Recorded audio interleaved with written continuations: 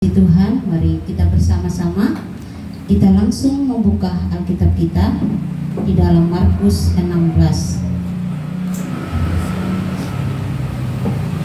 Semua langsung bangkit berdiri, kita bersama-sama akan membaca. Judul perikop Kebangkitan Yesus. Setelah lewat hari Sabat, Maria Magdalena dan Maria ibu Yakobus serta Salomo membeli rempah-rempah untuk pergi ke kubur dan meminyaki Yesus. Silakan ayat 2 kita bergantian. 1, 2, 3. Dan pagi-pagi benar pada malam hari pertama itu setelah matahari terbit pergilah mereka. Mereka berkata ke seorang kepada yang lain, siapa yang akan menggulingkan batu itu bagi kita dari pintu kubur? Tetapi ketika mereka melihat dari dekat, tampaklah batu yang memang sangat besar itu sudah terguling. Lalu mereka masuk ke dalam kubur dan mereka melihat seorang muda yang memakai jubah putih duduk di sebelah kanan. Mereka pun sangat terkejut. Tetapi orang muda itu berkata kepada mereka, jangan takut, kamu mencari Yesus orang Nazaret yang disalibkan itu. Ia telah bangkit, ia tidak ada di sini. Lihat, inilah tempat mereka membaringkan dia. Tetapi sekarang pergilah, katakanlah kepada murid-muridnya dan kepada Petrus, ia mendahului kamu ke Galilea. Di sana kamu akan melihat dia seperti yang sudah dikatakannya kepada kamu. Lalu mereka keluar dan lari meninggalkan kubur itu, sebab gentar dahsyat menimpa mereka. Mereka tidak mengatakan apa-apa kepada siapapun juga karena takut. Dengan singkat mereka sampaikan semua pesan itu kepada Petrus dan teman-temannya. Sesudah itu Yesus sendiri dengan perantaraan murid-muridnya memberitakan dari timur ke barat berita yang kudus dan tak binasakan tentang keselamatan yang kekal itu. Amin. Silakan duduk Bapak Ibu.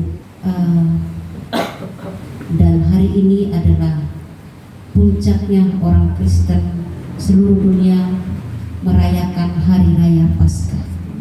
Adalah sesuatu hari yang sangat mengembirakan hati kita, yang memberikan kita semangat yang baru di dalam iman Kristen kita.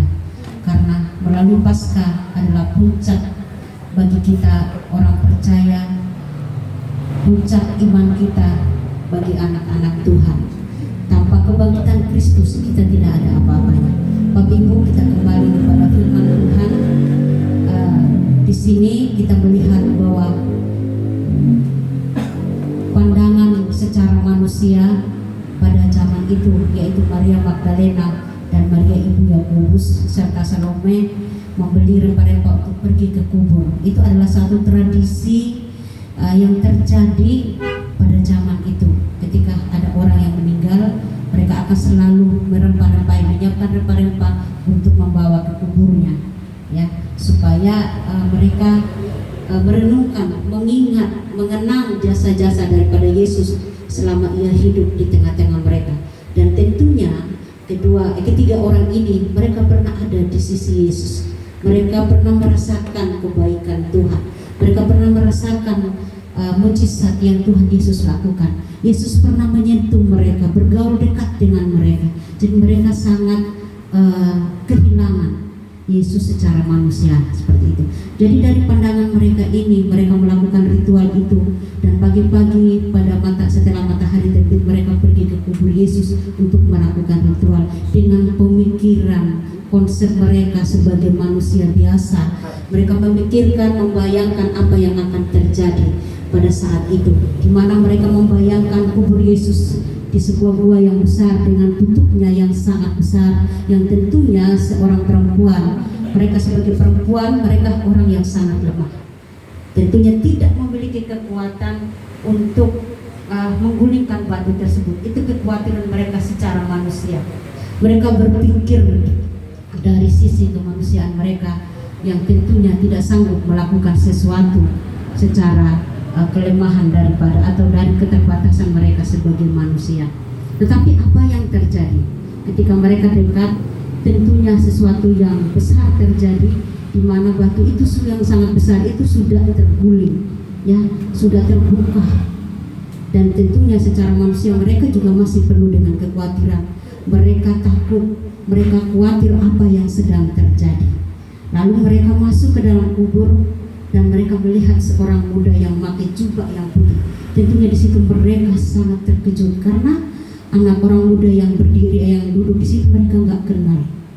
Pemikiran manusia mereka pasti digerogoti dengan berbagai pemikiran kekhawatiran, ketakutan, atau prasangka apapun itu pasti terjadi di antara mereka. Sehingga mereka pun pada saat itu mereka menemui seorang muda itu, mereka disapa sama pemuda itu dengan mengatakan jangan takut, karena pemuda itu sudah mengetahui apa yang mereka sedang pikirkan. Secara manusia pasti mereka sangat bingung, sangat heran, sangat takut, khawatir dan sebagainya. Dan saat itu juga seorang muda itu mengatakan, kamu mencari Yesus orang Nazaret yang disalibkan itu telah bangkit. Itu yang dikatakan oleh malaikat itu. Dan mereka pun melihat tempat pembaringannya, dia sudah tidak ada. Sehingga para malaikat itu mengatakan, pergilah ke Galilea, seperti yang sudah dikatakan oleh Yesus itu akan tergenapi. Dan mereka pun pergi dengan penuh ketakutan, kekhawatiran. Mereka belum percaya apa yang dikatakan oleh pemuda itu. Secara manusia mereka terheran-heran, tidak mungkin itu terjadi, tidak mungkin itu bisa bisa terjadi demikian. Sehingga mereka pergi dengan ketakutan tanpa berkata apa.